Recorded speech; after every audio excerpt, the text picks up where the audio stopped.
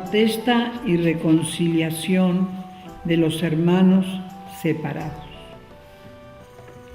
Lutero y su reforma.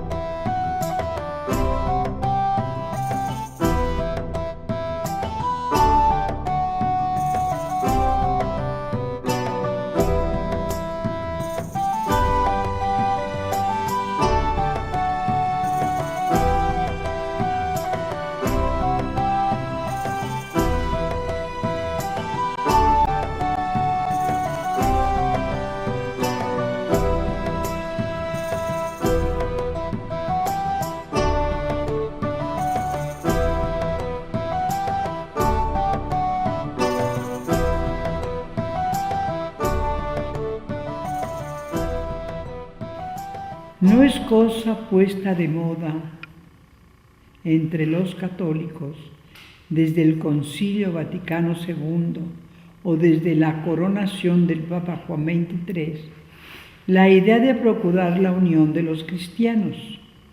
Esta idea ha nacido con la misma separación y ha cobrado vigor en diversas épocas de la historia.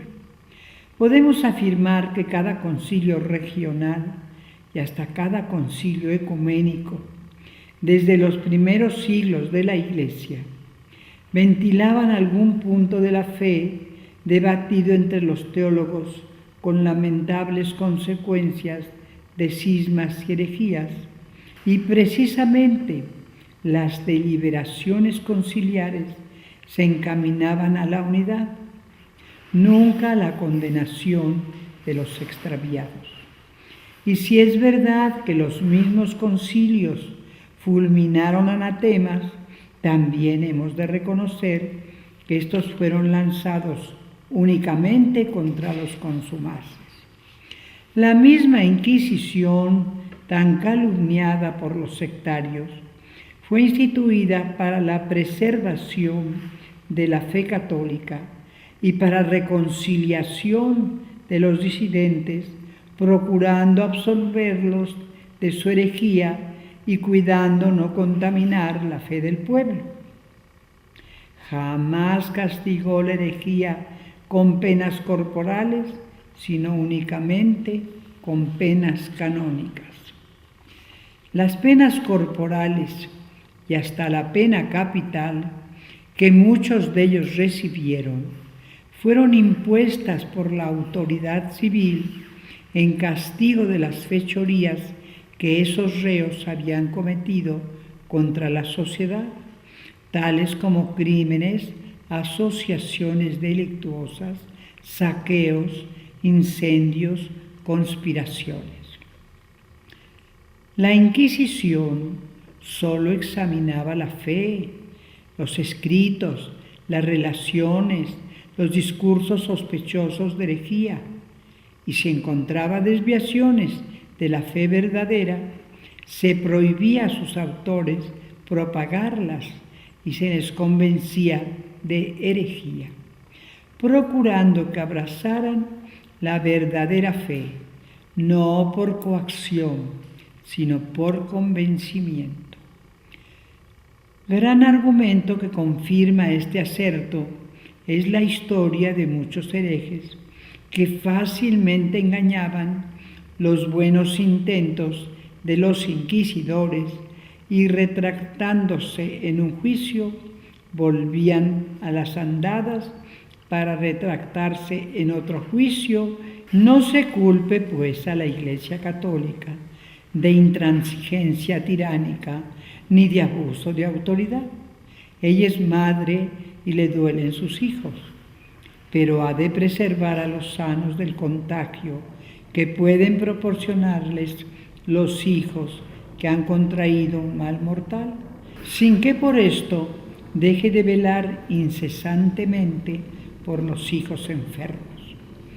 La misión de la Iglesia Católica sobre la tierra es la de salvar a los hombres, encaminándolos por el sendero de la fe verdadera, de la práctica de las buenas obras y el verdadero culto de Dios.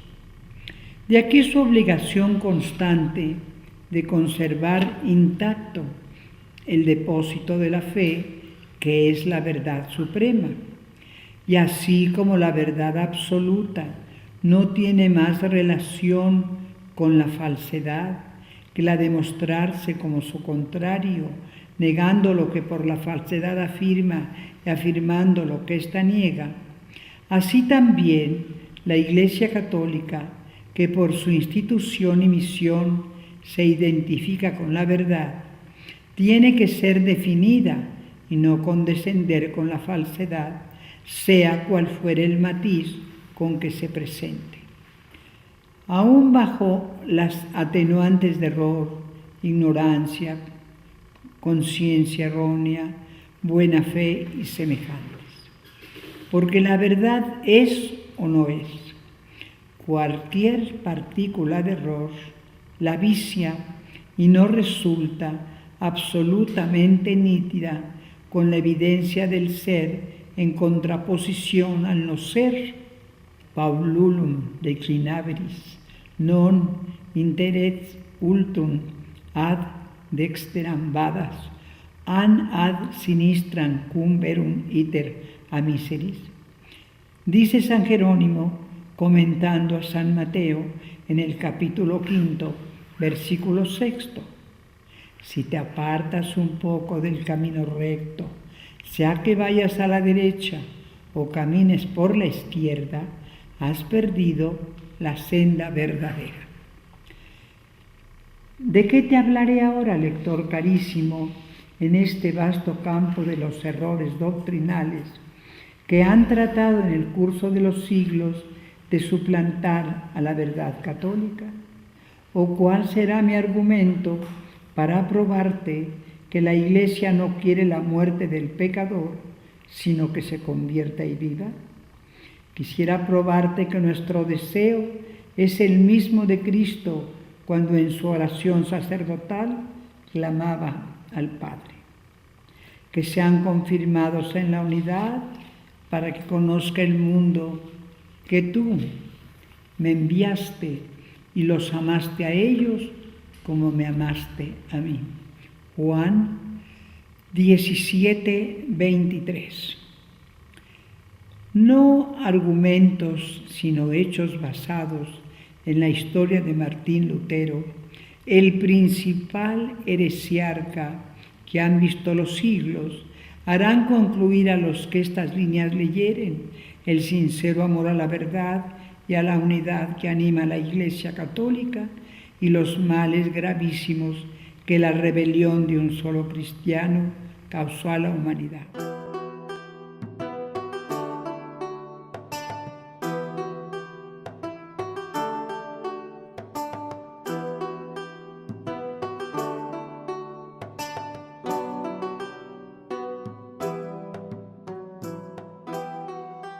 Ambiente histórico en la época de Lutero.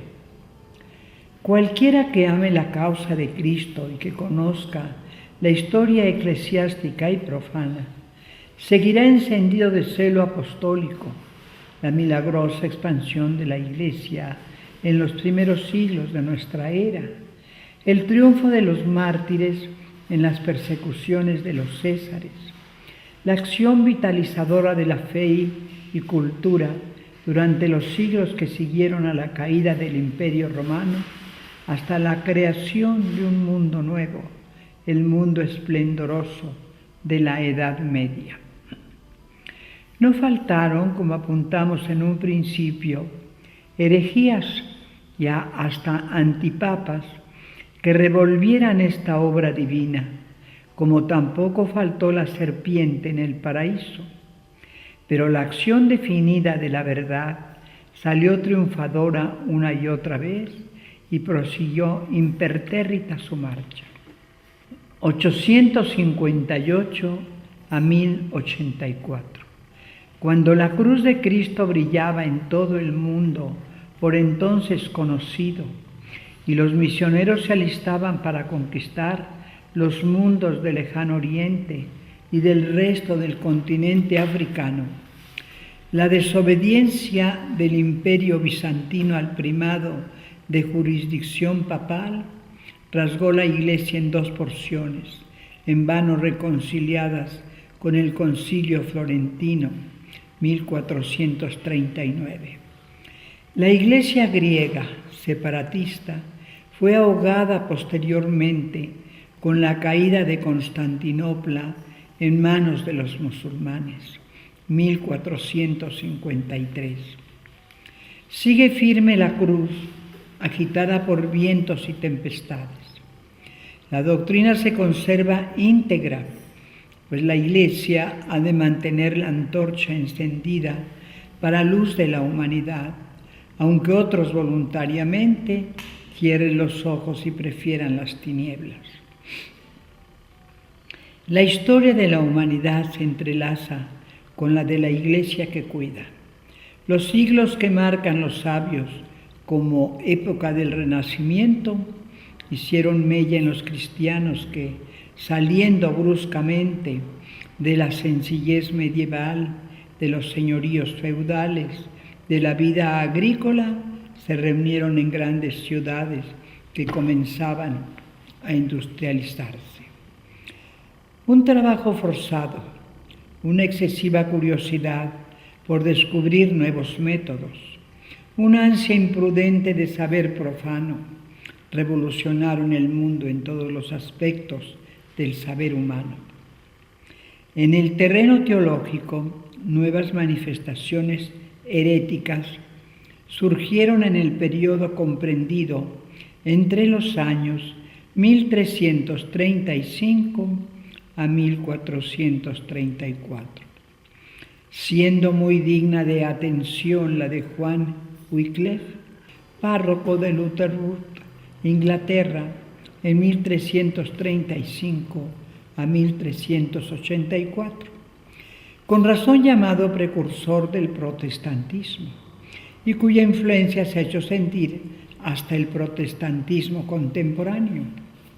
Fue este el primero en dar preferencia a la predicación sobre los sacramentos, en oponer rebeldía a las decisiones pontificias, en negar la capacidad de la Iglesia para poseer bienes temporales, en excluir de su traducción inglesa de la Biblia los libros deuterocanónicos y en apelar para su interpretación al testimonio interno de la propia conciencia, excluyendo el magisterio eclesiástico y la tradición, amén de negaciones tremendas contra la Eucaristía y el libre albedrío. Las enseñanzas de Wycliffe trascendieron a Bohemia con Juan de Hus, 1373-1415, Jerónimo de Praga, 1416, Juan de Sisca y Procopio, 1434, quienes añadiendo herejías y soliviantando al pueblo, encendieron guerras larguísimas. En estos mismos tiempos tuvo lugar el lamentable cisma de Occidente, registrado de 1378 a 1417, en la confusión de elecciones de papa, registrándose dentro de la jerarquía eclesiástica partidos y divisiones, resultando dos sedes pontificias, la de Roma y la de Aviñón, y papas simultáneos hasta 3 y 4, con la consiguiente confusión de los fieles.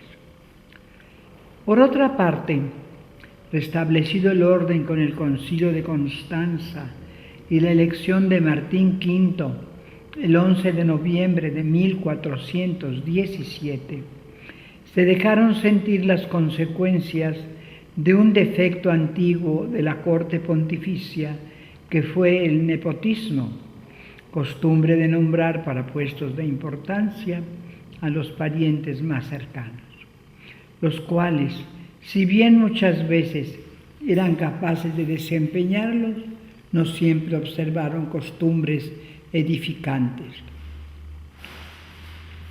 Las ambiciones temporales de estos allegados pontificios fueron funestas para la Iglesia, pues abusaron de lo espiritual y habían comprometido a los papas en contiendas civiles y políticas que provocaron un estado de rebelión latente de los gobernantes civiles contra la Santa Sede, más recalcitrado en Europa del Norte y sobre todo en Alemania, donde se consideraba a la Santa Sede como un simple principado italiano.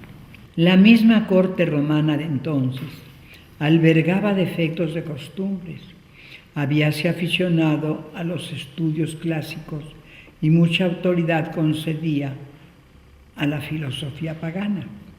De esta manera se debilitó la influencia espiritual del papado en los años subsiguientes, precisamente cuando más surgía su autoridad para sofocar los males que amenazaban a ese mundo en efervescencia que para estallar solo esperaba una mano atrevida que le aplicara la mecha.